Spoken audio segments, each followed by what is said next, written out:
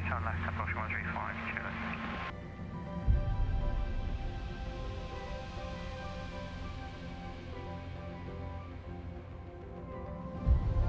Unit 297, contact on control 134.125, goodbye.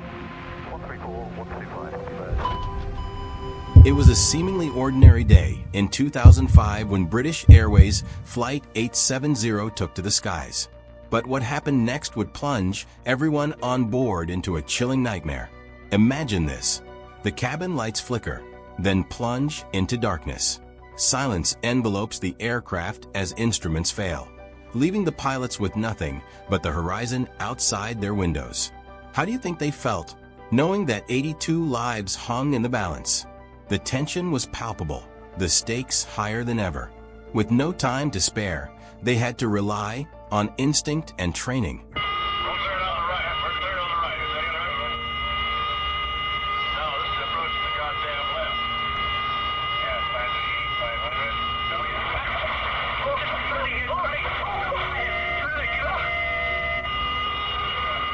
No, Jesus Christ! Navigating a perilous situation with sheer determination.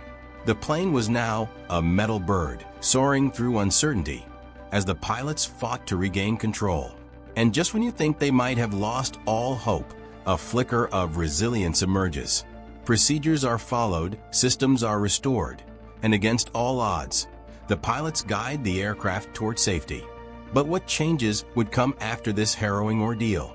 Stay with me as we unravel the details of that fateful flight and discover how it not only tested human courage, but also transformed aviation safety forever. Buckle up, it's going to be a gripping ride. Description of the incident: let me take you back to that fateful day on British Airways Flight 870. We were cruising at a comfortable altitude over the picturesque landscapes of Europe, bound for our destination. The flight had started off smoothly, with the usual pre-flight announcements and the familiar hum of passengers settling into their seats. The cabin crew was busy ensuring that everyone was comfortable, and I remember glancing out the window at the cottony clouds drifting by. It was one of those flights where everything felt just right, until it didn't. As we made our way across the continent, I noticed the weather outside began to shift. The once calm skies turned a shade darker, and a few bumps jolted the aircraft as we hit some turbulence. It was nothing too alarming. Seasoned travelers like me have learned to accept these moments as part of air travel. Little did I know, this was merely a precursor to the real turbulence we were about to face. Suddenly, without warning, the lights flickered in the cabin, and I could feel the change in the aircraft's hum. A palpable tension filled the air, and my heart sank as I realized something was amiss. The announcement from the cockpit came through, confirming my fears. There had been a significant electrical failure on board. The pilots were quick to reassure us, but the gravity of the situation was unmistakable. I could see the concern in the faces of the crew members as they moved purposefully through the aisles, checking on passengers and preparing for what could be a critical situation. The reality of flying at 30,000 feet without adequate power was setting in, and my mind raced as I tried to process what was happening. As we continued to glide through the air, I couldn't help but observe the surroundings.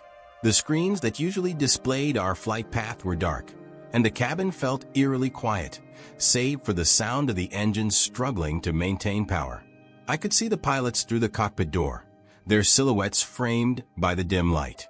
They were focused, a stark contrast to the anxiety brewing in the cabin. I felt a mix of fear and admiration for those at the helm, knowing they were now faced with a daunting challenge. In those moments, I realized how fragile our existence was up there. It was just metal and engineering holding us aloft, and that realization hung in the air like a heavy cloud. The once comforting hum of the engines was now a reminder of the precarious situation we were in. Would we make it safely to the ground? That question lingered, but I tried to stay calm, reminding myself that we were in the capable hands of our pilots. The details of the electrical failure began to unfold as I sat there, grappling with the uncertainty. It was later revealed that the failure was tied to a malfunction in the aircraft's primary electrical system. This wasn't just a flickering light.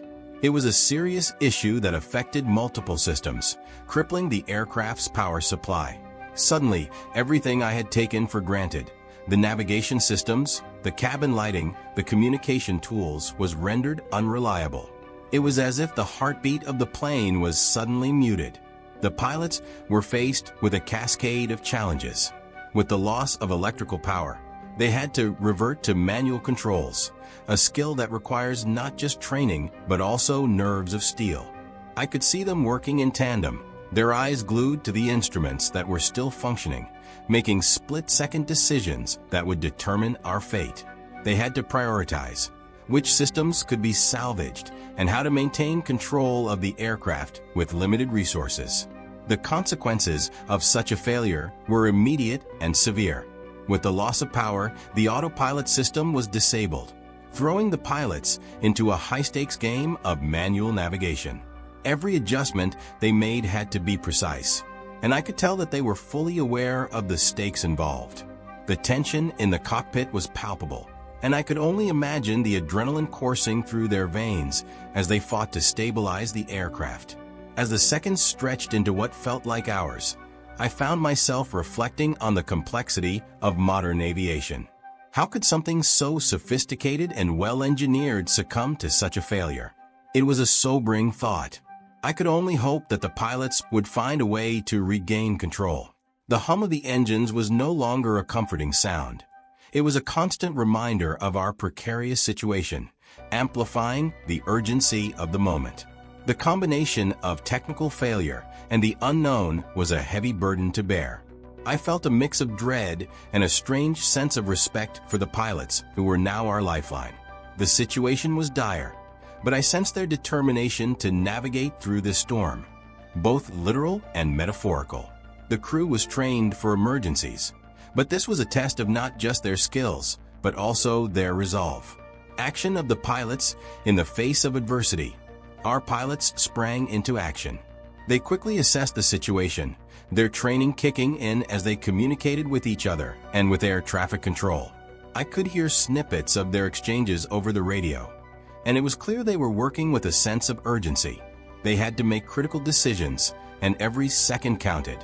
I could see the focus in their eyes as they debated the next steps, weighing our options with care.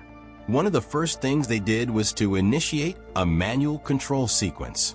With the autopilot out of commission, they had to rely on their instincts and years of experience.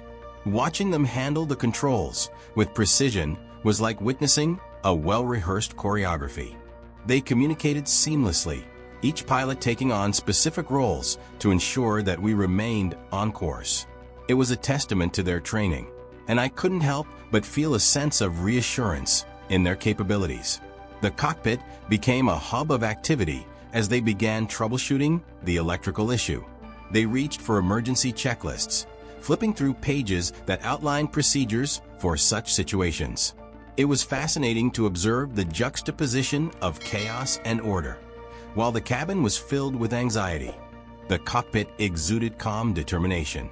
I realized then that these pilots were not just flying the plane, they were also our guiding force in this storm. Communication was key during this crisis. The pilots maintained an open line with air traffic control, providing updates on our situation and seeking guidance on the best course of action. I could hear the calm yet urgent tone in their voices as they relayed information and received instructions. It struck me how vital that connection was, not just for us on board, but also for the ground crew who needed to be prepared for our landing. As they navigated through the turbulence, the pilots demonstrated a blend of technical skill and emotional intelligence. They not only had to keep the aircraft stable, but also had to manage the expectations and fears of the passengers. I could see them occasionally glance out towards the cabin, making eye contact with the crew, who were working diligently to reassure us. Their actions spoke volumes about the teamwork required to weather such a storm, both in the cockpit and within the cabin. Conclusion: in those tense moments, it became clear that our pilots were not just pilots, they were leaders. Their ability to remain composed under pressure was both inspiring and comforting. As they executed their plan, I felt a growing sense of trust in their abilities. They were navigating not just the aircraft, but also the emotional landscape of the passengers. And that was no small feat. The experience was one that none of us would soon forget, and it was a testament to the resilience and dedication of those who choose to fly. Emergency situation. As the plane began to tremble, I could feel the tension in the cabin rising. It was a feeling that gripped your gut, that instinctive recognition of danger. We were flying at cruising altitude, the world a patchwork of clouds below us, when suddenly, the lights flickered and the hum of the engine shifted. I glanced around at my fellow passengers, their faces painted with a mix of confusion and fear. You could almost hear the collective heartbeat of the cabin, a rhythm of anxiety that seemed to sync with the jolts of turbulence. Adrenaline surged through me, but I knew I had to keep my composure. The flight attendants were already moving, their training kicking in as they ensured the passengers were strapped in and secure. In that moment, you could see the weight of responsibility on their shoulders. It's one thing to experience fear yourself, but to manage the fear of dozens of people is a whole different ballgame. They were calm, but I could see the determination in their eyes. They were the anchors amid the storm, trying to keep everyone grounded even as the aircraft felt like it was in freefall. I took a deep breath, reminding myself of the protocols we had all been instructed on. The moments stretched as we waited for the pilots to communicate what was happening. The air felt thick with uncertainty. You could sense the tension as they communicated with air traffic control, their voices steady, yet urgent. I couldn't help but admire their professionalism. They were steering us through a nightmare. It was a delicate dance of urgency and precision, balancing the need to act swiftly while keeping us as calm as possible. The reality of the situation was sinking in, and it was clear we were in a fight for our safety. In the face of this chaos, I could feel a sense of camaraderie forming among the passengers. Strangers looked at each other, sharing silent acknowledgments of our shared plight. There was something almost surreal about it. These were people I had never met, yet we were united in this singular experience. The risk was imminent, but somehow we were all in it together, drawing strength from one another. It was a reminder of our humanity, how we can come together in the face of adversity. As the pilots continued to navigate through this emergency, I couldn't help but reflect on the importance of remaining calm. Panic could easily spiral into chaos, and I knew that we were all counting on the professionalism of the crew. They were the ones who had trained for this, who had prepared for moments like these, and I took comfort in knowing they were at the helm. We were not just passengers. We were a collective, bound by the desire to see this through. Safety procedures in the midst of the chaos. The pilots were already executing the safety procedures that they had practiced countless times. It's incredible to think about how much training goes into preparing for an emergency like this. Every protocol, every checklist was designed to maximize our chances of survival. I could imagine the captain and co-pilot, their minds racing as they followed the steps laid out before them, making split-second decisions that could determine the outcome of our flight. The first order of business was to assess the situation. They needed to identify which systems were still operational and which had failed. I could only imagine the mental calculations being made as they tried to restore some semblance of stability to the aircraft. It was a high-stakes game of chess, where every move counted. The cockpit must have been a whirlwind of activity, with the pilots relying on their training, their instincts, and the technology at their disposal to regain control. One of the critical aspects they had to consider was the power distribution. Without electricity, many systems would fail, including navigation and communication systems. I later learned that they had to rely on backup systems, which were designed to kick in during an emergency. It was reassuring to know that there were layers of safety built into the aircraft, but the reality of relying on backups in a situation like this was sobering. The pilots had to make quick assessments and ensure that these systems were functional enough to guide us to safety. Communication was another vital element during this crisis. The pilots had to keep the air traffic control informed, while also relaying information to the cabin crew. I could hear the occasional crackle of the intercom as they reassured us that they were working hard to resolve the situation. It was a delicate balance of transparency and maintaining calm. They had to be honest about the gravity of the situation without inciting panic. I appreciated their efforts, even if the news was unsettling. As the seconds turned into what felt like hours, the pilots were executing their training in real time. They were not just following a script, but adapting to the unique circumstances we were facing. It was a reminder of the importance of thorough preparation and expertise in aviation. While we were all grappling with fear and uncertainty, the pilots were focused on navigating through the storm, using every tool at their disposal to guide us safely back to the ground. Tools and resources used as the crisis unfolded. I became acutely aware of the range of tools and resources that the pilots had at their disposal. These were not just fancy gadgets. They were lifelines that could mean the difference between disaster and safety. The cockpit was a hub of technology, with screens displaying vital information about the aircraft systems, altitude, and speed.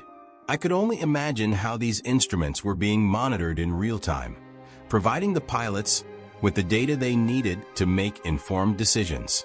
One of the first steps taken was to switch to backup power systems.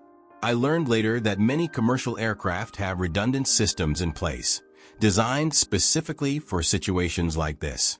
It was a complex web of technology that ensured that even when one system failed, others could step in to keep critical functions operational. I couldn't help but feel a sense of relief knowing that the aircraft was built with such foresight, allowing the pilots to regain partial control and stabilize the situation. The pilots also utilized their training in manual flying. With some systems down, they had to rely on their skills rather than technology. It was a testament to their expertise. They had honed these abilities through rigorous training and experience. I could sense the weight of responsibility on their shoulders as they expertly maneuvered the aircraft, keeping us on course while assessing the situation. It was a reminder of the human element in aviation, the blend of technology and skill that keeps us safe in the skies. Additionally, the communication systems played a crucial role in this entire ordeal. The pilots needed to stay in contact with air traffic control to discuss our position and discuss possible landing options. The importance of clear and concise communication was evident. As they relayed information back and forth, I could see how vital it was to ensure everyone was on the same page. They were orchestrating a complex situation, and effective communication was key to managing the chaos. In the background, the cabin crew was also instrumental in implementing safety protocols. They were trained to assist passengers and ensure that everyone remained calm and secure. I could see them moving through the aisles, checking on passengers and reassuring them that help was on the way. They were the unsung heroes of the flight, working tirelessly to keep us grounded even as the situation around us felt anything but. Their commitment to our safety was evident, and it was a reminder of the teamwork that underpins every flight. Landing in Budapest after what felt like an eternity, the pilots began to prepare for landing in Budapest. The city lay below us, a sprawling metropolis framed by the Danube River. I could see the outlines of buildings and the winding streets, but my focus was on the task at hand. The pilots communicated our intentions to air traffic control, and I could sense the urgency in their voices. They were navigating through a maze of challenges, all while keeping us informed about the plan ahead. The approach to the airport was complicated by the loss of some navigational systems.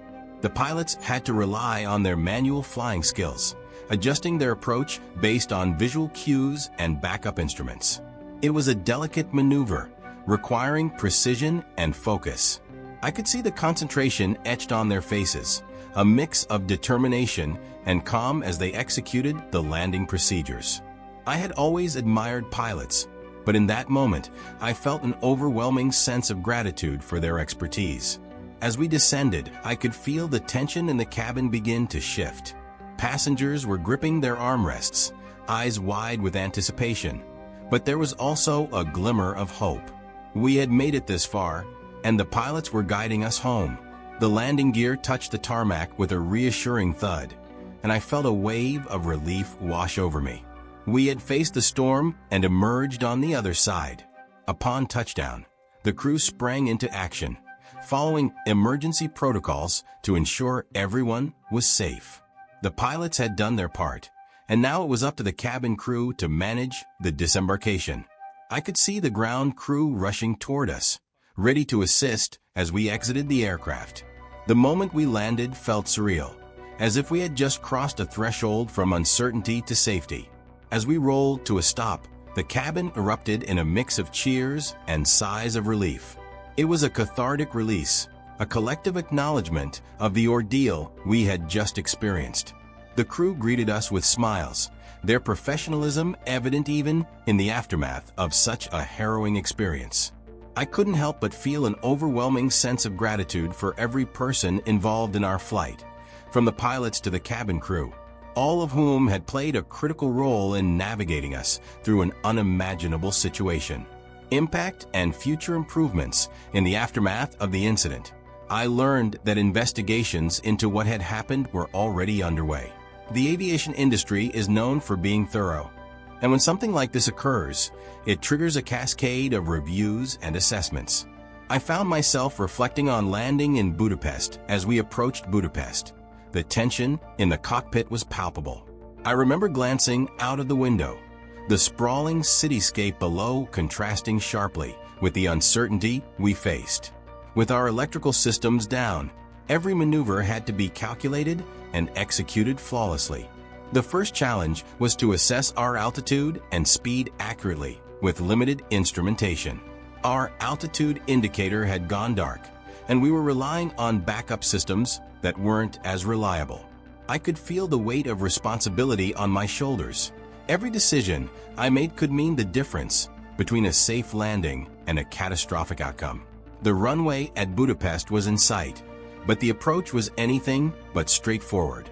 We had to account for wind patterns and the fact that we were flying without the usual electronic aids that guide most landings. My co-pilot and I communicated constantly, running through our checklist mentally, prioritizing what was essential to make this landing a reality.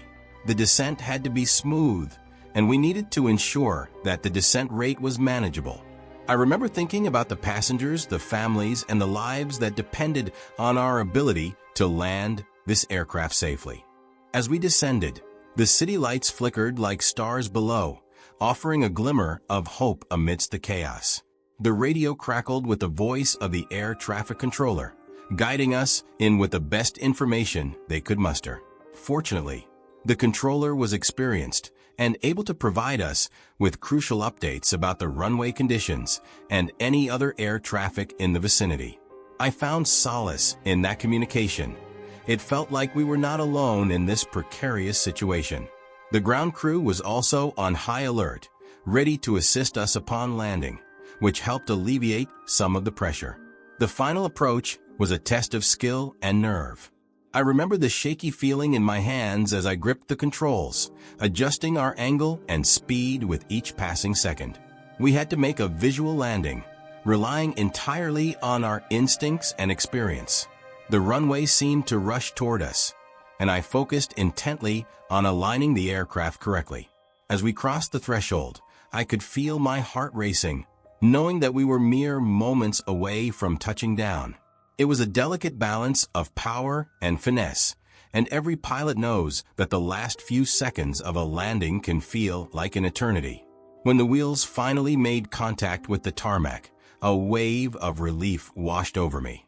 The aircraft jolted slightly, but we were down. I quickly engaged the brakes, bringing the plane to a stop safely.